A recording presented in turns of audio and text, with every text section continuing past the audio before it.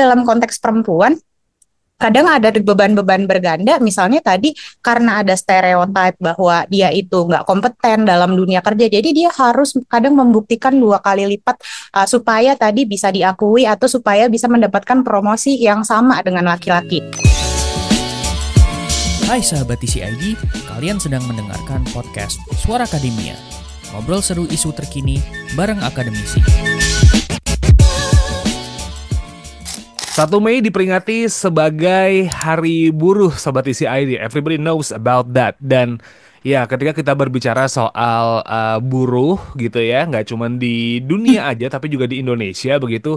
There are a lot of cases yang mungkin seru buat jadi bahan obrolan begitu. Soal kesejahteraan, for sure, pasti bakal diomongin tiap tahun ke tahun. Cuman ada satu permasalahan yang sebenarnya sempat jadi bahasan dan juga obrolan dari newsroomnya TCID begitu mengenai kesejahteraan buruh perempuan, karena bisa kita lihat bahwa demografi Indonesia kan sebenarnya banyak banget nih jumlah perempuannya begitu, especially di usia produktif juga jumlah perempuan gak sedikit. Tapi kalau misalnya kita melihat bagaimana perjuangan para buruh begitu ya, lebih cenderung bagaimana yang diperjuangkan hak-hak umum begitu. Sedangkan buruh perempuan ini hak-hak yang spesifik itu tuh menjadi isu tersendiri yang sebenarnya jarang diangkat ke publik begitu kan. And yeah, there are a lot of things yang memang bisa dibahas mengenai kesejahteraan buruh perempuan. And for this episode, dalam memperingati Hari Buruh begitu ya, Suara Akademia kali ini kita bakal ngebahas tentang bagaimana kesejahteraan buruh perempuan di Indonesia, karena ini adalah satu hal yang menurut saya lumayan buat dibahas begitu. Sangat menarik untuk dibahas karena ini tuh hal apa ya, masalahnya banyak banget gitu yang emang sampai hari ini tuh belum kesentuh begitu. And for this episode kita bakal ngobrol bareng sama Mbak Abi Gina Buang Manalu. Beliau adalah direktur eksekutif dari Jurnal Perempuan begitu ya, dan juga salah satu staf pengajar di jurusan filsafat begitu. Halo Mbak Abi, apa kabar Mbak? Halo Mas Syarif, kabar baik. Mas Syarif apa kabar? Baik, baik, begitu kan. Happy gitu karena bakal ada long weekend lagi. Oh iya, benar-benar. Meskipun ada hari kejepitnya tuh hari Jumat, cuman bisa lah ya buat dia kalah-kalahin begitu. Oh, But iya, iya. Mbak Ebi, mungkin pertanyaan pertama nih, kalau kita berbicara soal buruh perempuan begitu, Mbak Ebi dan teman-teman jurnal perempuan nih ngelihatnya gimana nih Mbak situasi yang sekarang? Karena kan kesejahteraan buruh permasalahannya banyak banget, tapi buruh perempuan kayaknya nggak banyak banget nih yang mention. Apakah ada menjadi concern juga dari teman-teman jurnal perempuan, atau sebenarnya juga udah pernah melakukan sesuatu gitu mengenai buruh perempuan ini? Oke, ya. Makasih pertanyaannya Mas Syarif. Mungkin kita ntar ngobrol-ngobrol ya soal ini. Tapi sebagai disclaimer dulu mungkin di depan ya, karena tadi kita bicara tentang buruh, saya pikir pasti cukup banyak tadi organisasi yang bahas ini atau mungkin mengadvokasi langsung. Nah, saya mungkin sebagai dari jurnal perempuan atau representatifnya lebih banyak mungkin melakukan tadi riset-riset terkait itu. Jadi tanpa maksud nanti mereduksi atau mungkin tadi mengeneralisasi, nanti saya akan coba bahas dari riset yang kami pahami gitu ya, atau yang kami lakukan. Nah, kalau bicara soal kesejahteraan buruh saat ini, sebetulnya nanti isunya kita bisa lihat beberapa hal ya. Mungkin dari angka partisipasi pertama, yang kedua mungkin tadi dalam situasi kerja, apakah kerja sudah atau pemberi kerja memberikan ruang kerja yang layak dan aman. Lalu mungkin nanti isu yang agak spesifik atau dekat dengan perempuan, yaitu mungkin kasus kekerasan seksual ya di dalam dunia kerja. Nah, kalau bicara tadi soal kesejahteraan, sebenarnya mungkin pertama-tama kita perlu lihat dulu bahwa di dalam kerja gitu ya, perempuan tuh sebetulnya punya kebutuhan-kebutuhan khusus gitu ya Mas ya. Sebenarnya mungkin laki-laki dan perempuan pasti punya kebutuhan dasar supaya tadi dia bisa beroperasi, melakukan kerja-kerjanya secara baik. Nah, biasanya tadi baik untuk laki-laki dan perempuan, setiap pekerja itu supaya kita bisa melakukan kerja produksi atau kerja yang berbayar, kita harus didukung dulu pada pemenuhan tadi kerja reproduksi atau kerja perawatan di dalam rumah gitu, di dalam keluarga. Nah, tapi persoalannya karena tadi entah nilai patriarki atau mungkin karena kultur kita dan sebagainya macamnya, kerja-kerja perawatan ini seringkali dianggap sebagai kerja yang natural atau kerja yang secara kodratiah itu milik perempuan. Nah, ini yang makanya tadi menyebabkan banyak buruh perempuan. Buruh itu jangan dibayangkan hanya yang bekerja di pabrik ya, tapi Betul. saya juga sebagai dosen gitu, mungkin teman-teman yang lain yang menerima upah gitu dari pemberi kerja itu terkategori sebagai buruh. Nah, isunya adalah di sini sebenarnya yang pertama tentang partisipasinya ya. Ketika tadi perempuan itu secara inherent dilekatkan pada kerja-kerja reproduksi, seringkali dia menjadi hilang aksesnya terhadap kerja berbayar itu sendiri. Kalau nanti teman-teman bisa lihat gitu ya dari data BPS gitu 5 tahun terakhir aja, partisipasi laki-laki di dunia kerja dengan perempuan itu selalu punya gap yang cukup besar, mungkin hampir 30% di setiap tahunnya. Dan menariknya Jurnal Perempuan sebenarnya udah ngebahas ini dari tahun 2000-an awal, berarti sudah sekitar 20 tahun, sebetulnya tren ini masih berlangsung. Nah, artinya sebetulnya ada persoalan ya tentang pemenuhan dasar tadi dari buruh atau pekerja perempuan yang sebetulnya belum terjawab nih di dalam sistem atau semesta kerja kita, baik dari aspek mungkin kebijakan negara, kebijakan pemberi kerja, dan juga mungkin tadi lingkungan komunitas ataupun keluarga. Nah, jadi di situ tadi kalau bisa dilihat sebagai data, sebagai rujukan tadi tentang kesejahteraan dan partisipasi kerjanya, perempuan itu di usia tadi reproduktif aktif gitu ya, mungkin dikatakan di 25 tahun sampai 45 tahun, menurut Bank Dunia itu mereka tuh punya kesempatan yang jauh lebih tinggi untuk berhenti atau menarik diri dari dunia kerja. Karena apa? Karena tadi masyarakat mengharapkan bahwa di usia-usia tersebut perempuan menikah, punya anak, dan tadi menjalankan fungsi utamanya yaitu tadi sebagai perawat keluarga. Nah, jadi artinya gimana tuh kesejahteraan ya? Artinya kalau misalnya perusahaan atau pemberi kerja mau mencoba memberikan keadilan kerja atau ruang kerja yang akomodatif pada perempuan, harusnya tadi peran ganda yang dimiliki perempuan ini coba dikenali dan dijawab. Misalnya nanti dengan apa, nanti kita bisa bahas lebih lanjut, tapi mungkin dengan kebijakan-kebijakan afirmatif atau dukungan dari dunia kantor, investasi dari negara supaya perempuan tadi sebagai buruh atau sebagai pekerja yang berbayar tadi bisa melakukan kerja-kerja profesionalnya, tetapi juga ada bantuan atau ada tindakan afirmatif terhadap tanggung jawab reproduktifnya tadi ya, supaya tadi dia bisa menjalani kedua peran itu tanpa harus memilih salah satu di antaranya. Nah, itu mungkin tadi gambaran besarnya ya. Sebelum masuk kesejahteraan, kita penting tadi bicara tentang ketersingkiran perempuan dulu gitu di dalam dunia kerja. Nah, hal-hal lainnya adalah tadi mungkin tentang situasi kerja layak dan aman ya, itu sebetulnya sudah menjadi mandat dari konvensi internasional juga seperti ILO begitu, dan itu sudah diratifikasi. Tapi pada kenyataannya sebetulnya kadang-kadang ruang-ruang kerja yang kita miliki itu memberikan tadi kerentanan yang berganda. Tentu laki-laki juga rentan juga sih jadi budak korporat lah bahasa sekarangnya ya, atau tereksploitasi. Nah, tapi dalam konteks perempuan kadang ada beban-beban berganda, misalnya tadi karena ada stereotip bahwa dia itu nggak kompeten dalam dunia kerja, jadi dia harus kadang membuktikan 2 kali lipat supaya tadi bisa diakui atau supaya bisa mendapatkan promosi yang sama dengan laki-laki.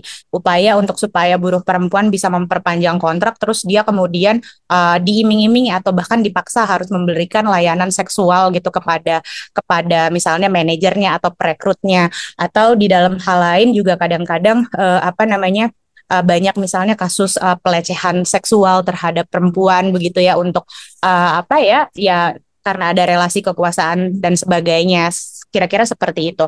Nah, tapi kalau ditanya tadi apa-apa saja isu kesejahteraannya, saya pikir itu artinya tadi tidak diresponnya tadi ya, isu antara kerja reproduksi dan kerja produksi itu ternyata implikasinya luas gitu, mulai dari keterlibatan, mulai dari penyingkiran gitu. Kalau teman-teman tahu misal dalam PHK gitu, karena misalnya COVID, sebetulnya nggak akan ada yang bilang bahwa itu bernuansa gender, tetapi kalau kita amati lebih detail, misalnya harus ada efisiensi, itu nilai-nilai budaya mempengaruhi biasanya putusan dari manajerial. Misalnya dengan membayangkan perempuan bukan breadwinner, atau perempuan biasanya kerjanya kalau di masa COVID karena WFA dia nggak kompeten. Jadi biasanya itu pun mempengaruhi bagaimana perempuan lebih diprioritaskan atau didahulukan untuk misalnya mengalami PHK ketika misalnya ada ketidakseimbangan atau ada efisiensi di dalam kerja. Nah, jadi ini semuanya berkait. Jadi kalau kita mau bicara kesejahteraan kerja, pertama penting tadi kenali bahwa situasi subjek pekerja baik itu laki-laki dan perempuan bisa berbeda karena gendernya, dan itu harus diakomodasi supaya bisa menghasilkan ruang kerja yang aman dan tadi ya menjawab kebutuhan dasar dan kesejahteraan pekerja perempuan. Oke, perbedaan mencolok dari pekerja perempuan dan juga pekerja laki-laki ini kan artinya ketara banget ya, Mbak Ebi gitu ya. Hmm. Apa sih yang bikin muncul begitu? Apakah memang budaya patriarki kah the problem gitu atau apa nih? Yang mana? Maksudnya gimana, Mas? Sorry. Kan tadi kayak ketersediaan pekerjaan, penyingkiran Heeh. gitu tuh kan Iya, iya. sering jadi masalah gitu ya untuk buruh perempuan gitu ya. Nah, Hmm. permasalahan-permasalahan ini tuh muncul gara-gara apa ya? Apakah memang karena budaya patriarki yang masih ngakar kah atau apa nih? Mhm. Macam-macam ya, terutama memang karena budaya patriarki ya, artinya ada asumsi gitu ya, bahwa memang tadi perempuan itu punya tanggung jawab yang berbeda dari laki-laki, Hmm. dan asumsi-asumsi ini kadang-kadang sebetulnya nggak klop ketika dibenturkan pada kenyataan. Misalnya kayak tadi, dalam hal misalnya pemphk-an, orang akan cenderung tadi milih melakukan PHK terhadap perempuan karena membayangkan dia bukan pencari nafkah utama, Hmm. karena pencari nafkah utama adalah laki-laki. Tapi kalau kita lihat pada kenyataannya, padahal jumlah perempuan kepala keluarga itu sudah sangat banyak, entahkah karena cerai kah, entah karena ditinggal meninggal, atau alasan lain sebagainya. Nah, ini yang tadi menjadi persoalan, bahwa seringkali kebijakan-kebijakan yang dibuat baik nanti di tingkat negara atau di tingkat organisasional dan juga di tingkat kantor begitu ya, di tingkat perusahaan, itu tanpa disadari sering tadi mengacu kepada apa namanya, kepercayaan-kepercayaan kultural atau kebiasaan Hmm. kultural yang mendampinginya gitu. Jadi misalnya ya tadi ya, dengan bayangan kayak perempuan bukan pencari nafkah utama, nggak apa-apa dong kalau dia dipecat duluan gitu ya. Atau ada asumsi-asumsi lain, misalnya kayak, wah kalau misalnya kita harus ngelakuin kerja WFA, perempuan bakalan nggak terlalu kompeten nih, karena dia pasti nanti lebih pusing atau lebih bakal fokus ngurusin urusan rumah tangganya. Nah, itu kan harusnya tadi justru lebih dikenali dan juga diurai gitu ya. Tetapi yang terjadi biasanya perusahaan atau mungkin tadi kebijakan negara atas nama membuat kebijakan yang netral, dia memperlakukan semua orang secara sama. Nah, ini yang kemudian nanti dikritik para sejumlah feminis, bahwa keadilan itu tidak melulu tadi bersembunyi di balik kata kebijakan yang netral gender atau memperlakukan orang secara sama, tetapi justru tadi mengenali kebutuhan-kebutuhan khususnya dan mencoba tadi menjawabnya dalam entah kebijakan afirmatif atau program dan lain sebagainya yang memang bisa menyentuh tadi ya persoalan mendasar tadi. Karena persoalan ketersingkiran perempuan dalam dunia kerja ini sifatnya sudah struktural ya. Artinya Hmm. bukan terjadi pada satu dua orang. Kalau kita bisa lihat trennya tadi yang 20 tahunan dan selalu memang terjadi di usia reproduktif aktif, artinya itu bukan karena kehendak pribadi seseorang keluar dari dunia kerja atau pasar kerja, tetapi memang secara struktur dia disituasikan untuk memilih gitu. Seakan-akan Anda hanya punya pilihan sebagai perempuan, Kak, mau pilih karir sama sekali berarti harus mengabaikan rumah tangga, atau sebaliknya berfokus pada rumah tangga dan Anda berarti nggak bisa terlibat dalam dunia kerja. Nah, ini tentu saja tadi di dalam sejumlah pendekatan dan konvensi internasional, kalau kita mau memenuhi hak dasar seseorang, harusnya kita tadi memastikan dia bisa terlibat dan punya pilihan ya untuk tadi terlibat pada kedua-dua halnya tersebut. Dan tanggung jawab siapakah itu? Ya tentu tanggung jawab bersama, utamanya negara, lalu nanti pemberi kerja, dan nanti komunitas dan juga keluarga, untuk supaya seluruhnya saling bernegosiasi, bekerja sama supaya keadilan atau keterlibatan di dunia kerja itu dimungkinkan bagi perempuan. Eh, Pilihan tadi jadi menarik buat Hmm. aku pribadi nih, Mbak Ebi, Hmm. karena memilih karir jadi akhirnya harus total dan singkirkan keluarga atau Hmm. memilih menjadi ibu rumah tangga dalam Ya. quote and quote begitu ya dan lupakan karir itu tuh Hmm.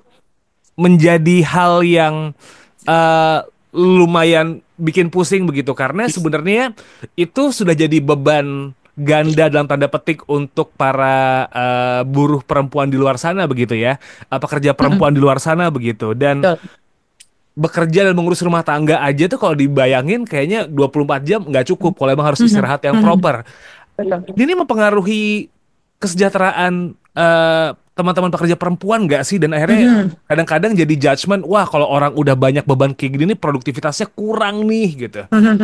Ya, betul. Itu tentu sangat berkaitan ya. Nanti teman-teman mungkin kalau tertarik lebih lanjut bisa baca riset-riset di Jurnal Perempuan edisi apa namanya, kerja dan kerja perawatan gitu, Hmm. bahwa ya akhirnya perempuan tadi punya potensi lebih tinggi untuk mengalami burnout gitu daripada laki-laki. Tentu kita nggak nutup mata dalam kondisi kerja yang serba kapitalis ini, semuanya pun diserap ya nilai lebihnya. Tapi dalam konteks perempuan itu ada tuntutan yang lebih lagi gitu ya. Bahkan kalau teman-teman bisa lihat begitu ya sejumlah misalnya wawancara kualitatif gitu yang dilakukan, perempuan tuh kadang kerap punya rasa bersalah gitu ketika dia jadi perempuan yang bekerja gitu ya. Karena nanti rasa bersalahnya karena tidak bisa menjalankan peran utuh sebagai misalnya perawat rumah tangga terhadap anak dan lain sebagainya.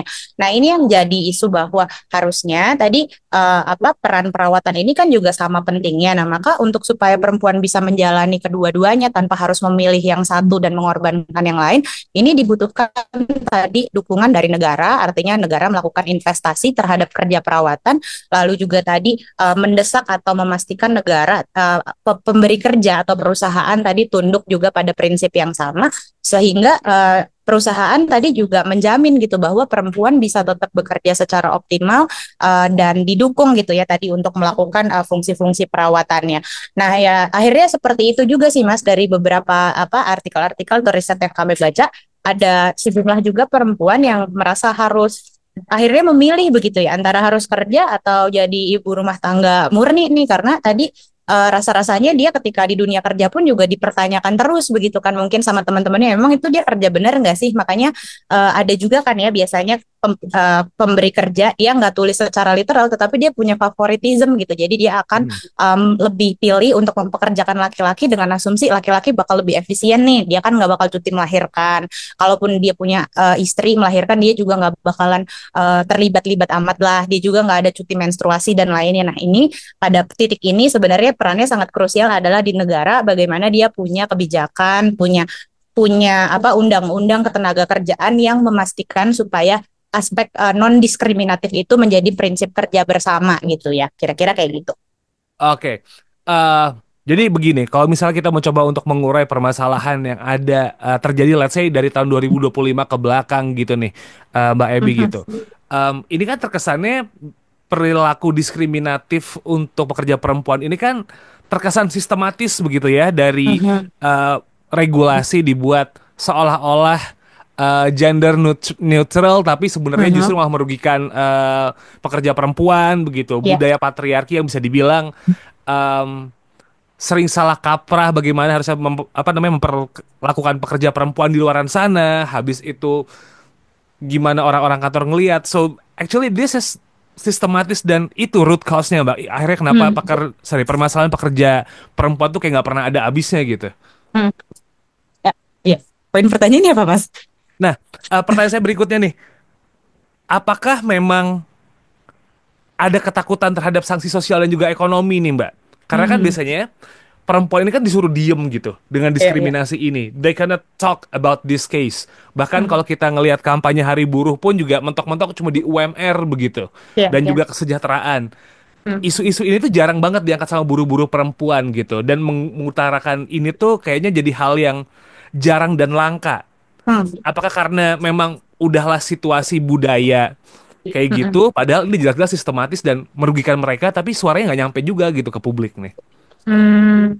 Iya ya, jadi ya sebetulnya kelin dan ketiga-tiganya sih ya. Satu, tadi aspek dari kebijakannya juga memang tadi netral gender gitu ya, seakan-akan ya dia sudah berlaku adil dengan memperlakukan semua secara sama. Padahal tadi ada isu-isu yang betul-betul memang sudah secara sistemik selalu dialami oleh perempuan gitu ya. Nanti ini implikasinya juga ke feminisasi kemiskinan gitu ya, Mas. Kalau bisa dilihat dari datanya, banyak perempuan yang akhirnya memilih kerja di sektor informal, yang baik itu tadi tunjangannya lebih rendah, jaminannya lebih sedikit dan lain sebagainya, bukan karena misalnya kapasitas pendidikan yang nggak mampu atau kompetensi yang nggak ada, tetapi karena tadi tidak ada regulasi yang mengatur supaya tadi perempuan bisa terlibat secara utuh di dalam. Jadi apa yang terjadi kemudian adalah ya perempuan tadi mau nggak mau menegosiasikan dirinya sendiri dan lain sebagainya gitu ya. Hal ini artinya tadi disebabkan oleh semua faktor yang saling berkelindan, mulai dari kebijakannya tadi nggak akomodatif terhadap pengalaman perempuan, tidak responsif terhadap kebutuhannya, aturan perburuhan atau tentang prinsip non diskriminasi Tapi karena orientasi pemberi kerja kan selalu kepada maksimalisasi keuntungan begitu ya, atau kadang-kadang tidak terlalu menghargai tadi nilai kemanusiaan atau aspek pemenuhan dasar. Kebijakan dia juga harus melakukan fungsi investasi terhadap kerja perawatan dan juga pengawasan. Nah, tapi yang sering kali terjadi di kita ya udah kebijakannya ada tapi dia jalan sendiri, negara nggak sungguh-sungguh memberikan sanksi atau dukungan kepada perusahaan supaya bisa tadi ya mana situasi kerja yang memberikan keadilan atau tadi mendukung perempuan untuk bekerja. Lebih lanjut lagi tadi budaya diam. Kalau dibilang budaya diam, sebenarnya ini bisa berlaku di perempuan dan laki-laki sih ya Mas. Kadang kita bisa lihat kalau misalnya serikat buruh itu sangat sangat vokal gitu bicara tentang misalnya hak pekerja, kadang terjadi bukannya dia diakomodasi atau diajak bercakap-cakap, malah terjadi pemecatan gitu ya secara sistematik. Mungkin nanti bisa saja alasannya karena dia kerjanya nggak sesuai KPI dan lainnya, tetapi memang ada kecenderungan ketidaksukaan gitu ya ketika misalnya kita misalnya melakukan kritik. Nah, yang lain memang tadi ya, jadi ketika kadang buruh perempuan nggak berbicara atau nggak bersuara misalnya soal status kerja yang tidak adil atau diskriminasi, kadang-kadang bukan karena dia nggak aware sama isu itu, tetapi tadi konsekuensi yang berat misalnya nanti berupa pemecatan atau disingkirkan atau mungkin tadi dirumahkan dan lain sebagainya, akhirnya membuat perempuan harus berkompromi gitu atau menerima saja tadi situasi tersebut, yang penting bisa tetap berada di dalam sebuah lingkungan kerja sekalipun tadi mungkin udah toksik, nggak adil dan lainnya ya. Jadi itu sih balik lagi sebenarnya kenapa dibilang sistematik, karena ini persoalannya bukan hanya pada satu aspek saja tetapi sudah menyeluruh ya, dari tingkat yang paling makronya sampai praktik di tingkat institusi dan bahkan di keluarga sendiri cenderung memang membiarkan tadi perempuan dalam beban gandanya itu untuk merespon dunia kerja yang buta lah ya terhadap kebutuhannya. Jadi gimana meresponnya juga ya, artinya tadi butuh kerja sama seluruhnya juga sih gitu ya, nggak bisa cuma diletakkan pada satu pihak aja. Oke. Next questions adalah hal yang sekarang lagi ramai buat dibahas nih. At least ada di beberapa diskusi gitu mengenai RUU KIA nih Mbak Ebi. Ini tuh ketika berbicara soal kesejahteraan ibu dan anak, ya pemerintah itu memikirkan bagaimana ibu dan anak itu tuh kesejahteraan diperhatikan. Namun ketika kita berbicara mengenai pekerja perempuan yang akhirnya menjadi seorang ibu, ini tuh dianggap menjadi undang-undang yang bikin deg-degan gitu, karena secara situasi sekarang justru malah kayak menggusur pekerja perempuan. Cuti 6 bulan, dia 6 bulan cuti nih, ini setengah tahun, ya udahlah kita suruh dia mengundurkan diri dalam tanda petik supaya akhirnya nggak bayar pesangon. Itu tuh sangat banget sangat ditakutkan oleh pekerja perempuan. Nah, dari Mbak Ebi atau mungkin dari teman-teman jurnal perempuan gitu ngelihat pemberitaan yang baru soal RUU KIA terus juga dikaitkan dengan kondisi pekerja perempuan Indonesia sekarang, gimana nih? Sebenarnya ada beberapa masalah ya. Awalnya RUU KIA sendiri pertama itu juga cukup bias. Kalau kita bicara RUU KIA sebenarnya dia lebih banyak mengcover pekerja formal ya Mas ya. Jadi artinya mungkin tadi pekerja atau buruh yang tadi yang formal yang mungkin di kantor atau dalam konteks yang seperti itu. Tapi dia belum mencakup tadi pengalaman perempuan keseluruhannya gitu. Artinya dia sebagai undang-undang sebetulnya juga belum mencapai atau menjawab juga tadi kebutuhan perempuan yang bekerja di sektor informal. Nah, yang kedua adalah tadi RUU KIA di satu sisi bisa dilihat sebagai upaya sebenarnya menghasilkan kebijakan yang berperspektif gender gitu ya, karena harapannya gitu dengan adanya RUU KIA tadi kebutuhan perempuan untuk melakukan kerja reproduksi, mungkin tadi perawatan terhadap anak yang baru lahir, menyusui, itu bisa dijawab.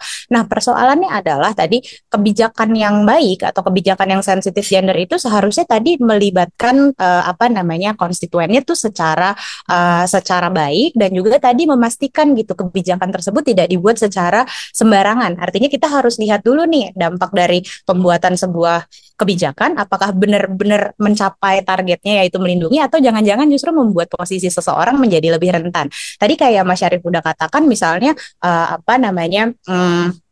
wacana bahwa misalnya tadi perempuan yang dalam waktu maternal begitu ya diberikan cuti selama 6 bulan. Nah, secara ide bagus, mungkin ini mencoba mengadaptasi beberapa kebijakan yang udah sukses di luar negeri ya. Tetapi yang belum dibaca adalah kebijakan itu apakah tadi sudah disediakan diikuti juga gitu dengan penganggaran yang masuk akal yang bisa menjawab kebutuhan tersebut. Misalnya kalau misalnya perusahaan hanya memberikan tadi cuti 6 bulan atau misalnya negara memberikan ketentuan bahwa ya cuti 6 bulan itu katakan harus berbayar, tetapi bayarannya misalnya ditanggung oleh perusahaan ya, otomatis perusahaan yang tadi orientasinya kepada keuntungan dia akan takut dong ya memberikan kerja. Akhirnya dia akan lebih pilih dari awal mendingan nggak usah rekrut perempuan deh daripada besok harus bayarin beberapa orang hamil gitu, bayar gaji tetap dan lainnya. Ya kita akan lebih pilih tadi pekerja laki-laki. Nah di sini yang tadi jadi isu bahwa kebijakan seperti RUU KIA gitu, kita nggak bisa langsung cepat-cepat merasa itu sebagai afirmatif kalau ternyata dampak sampingannya justru lebih memungkinkan perempuan untuk keluar dari pasar tenaga kerja. Kayak yang tadi mungkin ada kebijakan anti non diskriminatif atau ya aturannya secara tertulis tidak boleh dipecat atau disingkirkan. Tapi tadi dengan situasi yang ada, dengan pasar yang tadi merasa dibebani, mungkin tadi ya dengan cuti-cuti itu cuti berbayar, jadi akan mencoba tadi ya untuk tidak melibatkan perempuan dalam dunia kerja atau mungkin tadi mengakali kebijakan tersebut. Nah, maka jika memang pengen bikin kebijakan seperti itu, negara harus memastikan misalnya ada kontribusi dari perusahaan lah untuk misalnya cuti tidak berbayar, tetapi jaminan sosial tentang maternal itu harusnya mungkin justru lebih ditanggung oleh negara. Nah, ini kan kita belum sampai ke sana ya. Lalu tadi isu lain juga waktu 6 bulan itu juga begitu lama gitu ya. Artinya kalau misalnya cutinya hanya berupa cuti tanpa berikut dengan bayaran, ya artinya nanti pasti semua buruh juga akan berpikir 2-3 kali untuk misalnya terlibat gitu. Karena kemarin di salah satu riset yang kami lakukan, kami lihat bahas tentang tadi cuti perawatan anak gitu ya. Misalnya beberapa perusahaan sudah menerapkan cuti perawatan anak bukan hanya kepada perempuan tetapi laki-laki. Nah, artinya ini kita bisa lihat, oh bagus nih ada upaya untuk ngelibatin laki-laki di dalam melakukan perawatan. Tapi ketika itu tadi berkait dengan pembayaran, bahwa misalnya tadi ketika cuti ya Anda boleh cuti tapi nggak dibayar juga gitu ya, itu juga mencerabut dia tadi dari sumber penghidupannya, maka itu nggak bisa diaplikasikan. Nah, maka RUU KIA ini harus dilihat tadi secara hati-hati juga, karena tadi bukan cuma soal bukan soal membuat perempuan ada di rumah, tetapi bagaimana situasi kerja perawatannya itu tidak mengancam dia untuk keluar dari kerja berbayarnya, dan di satu sisi juga tadi ya bisa mendorong keterlibatan laki-laki gitu ya untuk membagi kerja perawatannya.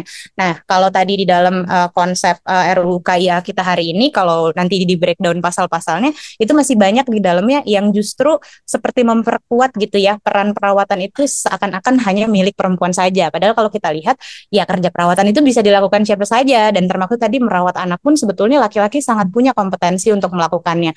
Jadi itu yang dari sejumlah pemikir feminis menggarisbawahi bahwa kebijakan yang berperspektif gender itu juga harus hati-hati, jangan sampai nanti niatannya bagus tetapi karena tadi dibuat secara terburu-buru dan tidak berdasar pada data atau kebutuhan perempuan di tingkat mungkin pekerja atau di pengalaman perempuan buruh, malah justru bisa menghasilkan kebijakan yang semakin merentankan kelompok tersebut. Kira-kira kayak gitu, Mas. So, kebijakan yang gender responsif itu tuh much more important buat kondisi pekerja perempuan Indonesia sekarang daripada bersifatnya netral di mata hukum, begitu ya Mbak Ebi ya. Nah, kalau misalnya memang pada akhirnya pemerintah itu tuh bisa membuat pekerjaan yang gender responsif begitu dengan undang-undang yang ada sekarang gitu, apa contohnya nih mungkin dari Mbak Ebi gitu, atau mungkin dari hasil temuan atau mungkin suggestions yang bisa pelan-pelan diinjek dan bisa dilakukan gitu sama pemerintah dan diterapkan di Indonesia nih Mbak? Misalnya tadi beberapa yang udah dilakukan cuti menstruasi ya, secara kebijakan mungkin di dalam kebijakan kita sudah ada, tetapi implementasinya tuh bisa sangat lain-lain gitu. Kalau di perusahaan yang besar kita masih ada gitu ya laporan, misalnya dia mau cuti menstruasi terus disuruh pembuktian barangkali beneran nggak menstruasi, ya itu kan tidak menjawab gitu. Nah, justru kita harus melibatkan tadi praktik-praktik baik yang sudah ada untuk dipelajarin dan mungkin tadi diamplifikasi secara lebih lebih besar gitu ya. Biasanya tadi praktik baik ini dilakukan oleh entah perusahaan perintis kah atau mungkin organisasi masyarakat sipil kah gitu yang menerapkan tadi kebijakan-kebijakan berperspektif gender. Sebagai contoh misal tadi cuti ayah. Kalau di dalam kebijakan cuti ayah itu apa ya sebenarnya cuma cuti mendampingi proses lahiran lah ya, artinya cuma 2 hari gitu. Nah terus tapi di sejumlah misalnya praktik-praktik baik di beberapa perusahaan dia sudah mulai mengintegrasikan cuti ayah yang waktunya lebih panjang, lalu mungkin bukan hanya artinya laki-laki jadi libur selama tadi ada proses kehamilan atau melahirkan, tetapi juga disertai misalnya dengan pelatihan atau kelas yang memang membekali laki-laki dengan kapasitas kerja perawatan gitu. Jadi ya waktu dia misalnya cuti gitu ya, salah satu organisasi gitu menunjukkan apa namanya praktik baiknya, mereka tuh punya kayak kelas-kelas apa orang tua gitu yang bicara tentang gimana sih pembagian gender dalam rumah tangga. Lalu laki-laki tuh punya nggak sih kapasitas misalnya tadi ganti popok dan lainnya. Jangan sampai misalnya dikasih cuti ayah ternyata bukan dia bantu istrinya misalnya atau terlibat bersama melakukan perawatan terhadap bayi, jangan-jangan justru ekspektasinya karena dia di rumah dia justru dilayanin sama istrinya.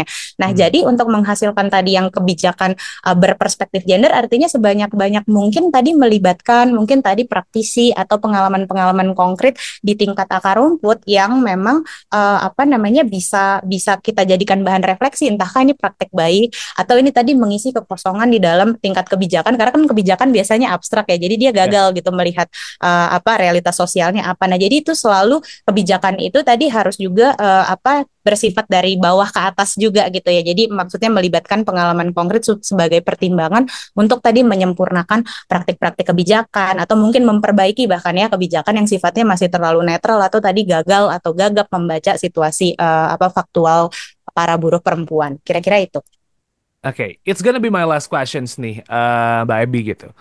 Ini tayang di tanggal 1 Mei, tepat di Hari Buruh begitu ya, dan permasalahan buruh perempuan, pekerja perempuan di Indonesia sepertinya masih banyak yang harus diselesaikan begitu. Kayaknya namanya Ya. masalah bakal selalu ada. Uh, is there a message gitu buat teman-teman pekerja perempuan yang pengen Mbak Ebi sampaikan, atau mungkin dari teman-teman jurnal perempuan ingin sampaikan mengenai perayaan Hari Buruh ini nih, Mbak Ebi? Oke, ya mungkin tentang terkait buruh perempuan ini harusnya perayaan atau tadi ya peringatan hari tersebut apa idealnya bukan hanya sebagai momen untuk mengingat, tetapi sebagai momen untuk memperkuat kembali tadi ya komitmen kita kepada kerja yang berkeadilan, kepada kerja yang memanusiakan manusia, kepada kerja yang memastikan adanya tadi ruang kerja yang layak dan aman untuk semuanya. Nah, di dalam Hari Buruh ini saya pikir ini jadi momen refleksi untuk kita semua ya, bahwa persoalan keadilan dalam ruang kerja juga bukan cuma tentang pemenuhan hak perempuan, tetapi sebetulnya keadilan ini jadi penting untuk kita semua gitu, karena kita semua tadi yang menerima gaji atau menerima pembayaran dari pekerja, dari pemberi kerja adalah juga buruh. Jadi saya pikir isu ini harusnya tadi menjadi isu kita bersama. Cuman kan seringkali yang terjadi tadi ya, kalau misalnya ada ketidakadilan dalam kerja, seakan-akan ini hanya jadi kelompok yang disuarakan oleh buruh saja yang di pabrik atau di mana. Tapi justru yang jadi penting adalah membangun kembali tadi solidaritas gitu ya, untuk memastikan tadi ruang kerja yang adil, gender yang aman, yang inklusif bagi semuanya. Itu aja mungkin. Oke, thank you so much Mbak Ebi kesempatannya buat ngobrol kali ini mengenai buruh perempuan. Anyway, karena ini udah di ujung, mungkin Mbak Ebi bisa nyampein apa yang lagi seru nih Mbak dari jurnal perempuan nih yang mungkin bisa dibaca begitu. Karena kan aku terakhir sempat baca tentang hak politik pekerja migran ya, kayaknya sempat Iya. dikeluarin gitu 118 Mhm. kalau nggak salah ya, itu Betul. nomornya ya. Nah, Ya. ada lagi nih yang lagi seru dari teman-teman JP nih Oke. Mbak. Kalau sekarang kita lagi berproses untuk nerbitin edisi 119 tentang partisipasi perempuan di tingkat akar rumput terhadap transformasi sosial. Jadi kalau sebelumnya mungkin kita ngebayangin tadi ya partisipasi politik lebih kepada yang elektoral, hari-hari ini kita mau lihat lagi bahwa partisipasi politik itu jauh lebih luas dari situ, dan bahwa tadi teman-teman di akar rumput juga sudah banyak melakukan upaya-upaya untuk mendorong keadilan gender. Nah, nanti mungkin itu akan terbit di bulan Mei, nanti teman-teman bisa akses secara bebas gitu ya di indonesianfeministjournal.org. Oke, kalau emang pengen tahu update-nya dari teman-teman Jurnal Perempuan, follow aja Instagramnya di jurnal_perempuan atau cek their website di jurnalperempuan.org. Itu ya Mbak Abi ya. Ya. Sok, langsung aja di follow. Kalau begitu, it's a wrap for this episode Sobat Isi ID. Thank you so much for listening this podcast. Jangan lupa buat nge-follow Suara Akademia di Spotify dan juga YouTube Music. Don't forget to subscribe our YouTube channel juga di The Conversation Indonesia, and follow our social media di @conversationidn. Kita ada di TikTok, kita ada di X, kita juga ada di Instagram. Saya Muhammad Syarif signing out. Thank you so much for listening this episode. Kita ketemu lagi minggu depan. Wassalamualaikum.